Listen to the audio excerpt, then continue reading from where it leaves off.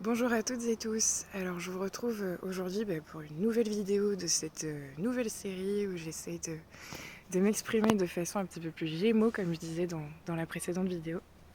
Et aujourd'hui je voudrais vous parler de la psychoastrologie projective, c'est-à-dire ma manière en fait d'utiliser l'astrologie.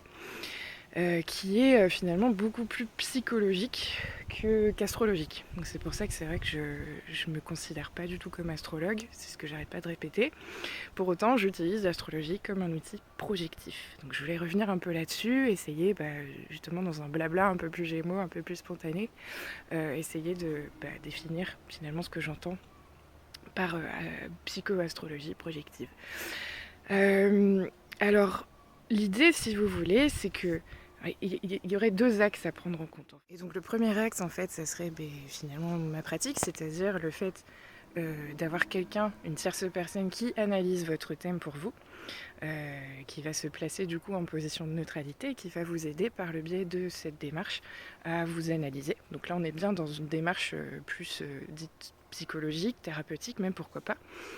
Et puis l'autre axe, c'est d'analyser par soi-même en fait son thème. Et voilà, là on n'a pas forcément besoin d'une tierce personne, et dans les deux cas, on va voir finalement, je vais essayer de faire un distinguo entre les deux démarches, et comment est-ce que la projection opère dans les deux cas. Donc dans le premier cas, en fait, il est question tout simplement d'une empathie, hein, d'une écoute, je dirais, attentive, une écoute active, on dit. C'est-à-dire que quand, par exemple, vous venez me consulter moi ou n'importe quel... Bon, du coup, j'ose pas trop dire astrologue, psycho-astrologue, on va dire. Psychologue, thérapeute, enfin une personne que vous contactez pour vous aider, pour essayer de mieux vous comprendre. Ce qui se passe, si tout se passe bien, je dirais que la personne en face est éthique, je vais m'arrêter là. Cette personne se place dans une position d'écoute active, d'empathie, de grande empathie, pour essayer de comprendre en fait ce qu'il se passe chez vous, comment vous fonctionnez, quels sont vos blocages, vos limites, sémantiques, j'aime à dire, comportementales, émotionnelles. Et puis voilà, tout ce qui se passe un petit peu dans votre tête, hein, finalement. Qu'est-ce qui vous empêche d'avancer, de continuer à éprouver des choses, enfin bon, bref, tous les blocages qu'on peut rencontrer en tant qu'être humain, n'est-ce pas? Et donc par le biais de cette écoute, on va ensuite utiliser la projection qui peut se faire sur n'importe quelle toile projective. En l'occurrence, en psychoastrologie, on utilise le thème astrologique de naissance, mais on pourrait très bien le faire sur des cartes de tarot, des cartes d'oracle, on pourrait le faire dans du marc de café, on pourrait le faire dans je ne sais quoi, en fait, n'importe quoi. Donc c'est là, si vous voulez, que cette histoire d'effet Barnum peut rentrer en compte, parce qu'effectivement, vous pouvez faire l'essai, je dirais, une fois que vous avez un bon niveau d'astrologie, que vous maîtrisez bien le langage, essayez de changer votre thème astrologique, essayez de faire comme si vous étiez né, je sais pas, un autre jour, une autre heure, prenez n'importe quel autre thème et essayez euh, de, de vous imaginer que ce thème vous appartient, en faisant vraiment un effort de recul, en utilisant cette posture du coup de projective, on y arrive très bien en fait. C'est-à-dire qu'au bout d'un moment, quand on a dépassé vraiment toutes les connaissances en astrologie, enfin quand on a passé suffisamment de temps en tout cas à étudier l'astrologie, on arrive presque à se retrouver dans tous les signes. Et ça pour moi c'est une preuve qu'il y a une histoire de projection davantage que l'astrologie ça marche, on arrive à lire dans le ciel des choses, etc. Ça veut pas dire que c'est pas le cas. Je mettrai quand même un petit peu bémol là-dessus. J'ai quand même une petite part mystique en moi. Je suis quand même bien obligée d'admettre qu'il y a des choses certes qui nous dépassent, mais je pense aussi qu'on n'y comprend rien du tout. Et qu'on est on est très imbu de nous-mêmes sur la manière dont on perçoit ces choses intuitives. Et que voilà, on n'y connaît rien du tout en fait. On ne sait pas grand-chose. Bon, je reprends mon fil.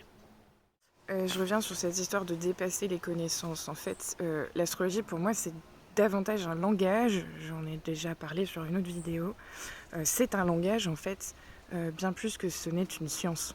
Je crois pas penser que c'est une science en fait, en vrai. C'est un langage. Et donc c'est comme n'importe quel langage, quand vous apprenez l'anglais, l'espagnol, l'allemand, l'espéranto, enfin ce que vous voulez, une fois que vous maîtrisez bien les règles de ce langage, c'est ça que j'entendais par connaissance en fait, eh bien vous êtes en mesure de l'utiliser à bon escient, tout simplement. Donc voilà. Alors parfois je me réveille le matin et je me dis mais je vais effacer ma chaîne Inspiration astrologique, c'est absolument catastrophique toutes ces vidéos de description générale, plutôt en signe, plutôt en machin, enfin ça me va plus en fait, c'est parce que ma pratique évolue, parce que ma pratique du langage évolue, parce que ce que j'en fais évolue, et puis ça c'est une autre idée que je voulais peut-être aussi rajouter, c'est que tout est mouvement, et par définition quand on étudie l'humain, il faut s'attendre à ce que les choses bougent, y compris nous-mêmes. Et c'est bon signe. Donc si au début par exemple vous êtes, je sais pas, je dis n'importe quoi, vous êtes soleil, scorpion, ascendant, truc muche, et ben l'idée ça serait que une fois que vous avez suffisamment étudié le langage astrologique, d'ici 3 ans, par exemple, eh bien, le soleil en scorpion, ça vous parle plus du tout, l'ascendant truc muche non plus, mais par contre, l'ascendant machin chose vous parle beaucoup plus tout à coup. Et là, ça vous fait évoluer autrement, ça vous fait évoluer vers d'autres berges de l'existence, et j'ai envie de dire, c'est tant mieux.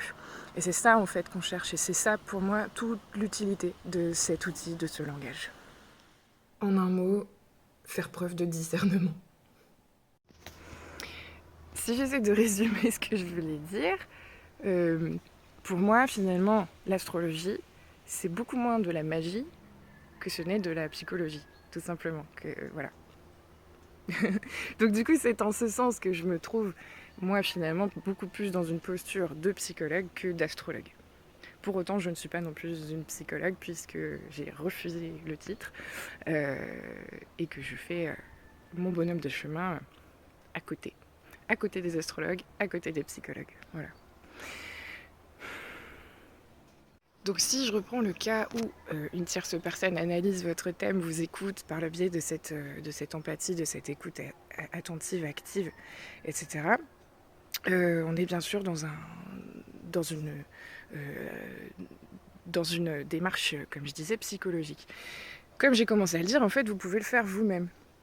C'est-à-dire, voilà, je me tire une carte tous les matins, et puis en fonction de l'énergie dans laquelle je me trouve, c'est-à-dire dans l'humeur en fait dans laquelle je me trouve, comment je me sens au réveil, eh bien je vais venir projeter sur la carte qui est sortie, que j'ai tirée, je vais venir projeter mon humeur. Et là on est pareil sur une histoire de toile projective, comme je vous disais, donc vous pouvez tout à fait le faire tout seul.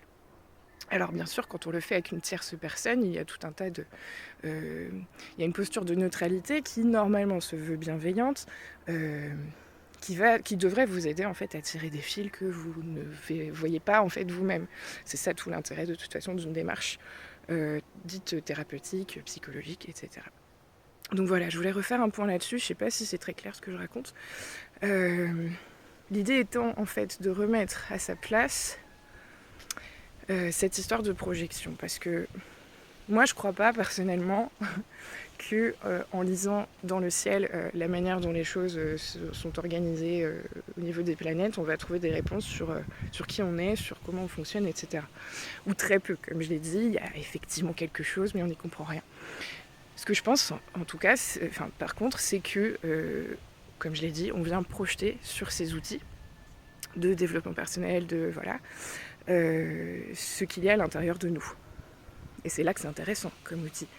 Donc ça n'empêche pas de les utiliser, bien entendu, et ça ne fait pas de nous des sorciers fous, de grands mages abolés au bûcher sur la place publique, etc. Mais bon, j'insiste quand même sur le fait que c'est pas juste du pur rationnel, il y a autre chose. Vous le savez bien de toute façon, puisque vous n'utiliseriez pas cet outil sinon. Mais cette autre chose, voilà, on n'a pas encore les codes pour le comprendre. Et en tout cas, personnellement, j'essaie de faire preuve de beaucoup d'humilité face à tout ça, parce que je vois bien, je sens bien que ça me dépasse, et que chaque fois que j'ai l'impression d'avoir compris, je me fais rétamer. Donc, comme disait Socrate, et je pense que je vais m'arrêter là sur ce sujet, je sais que je ne sais rien. À bientôt.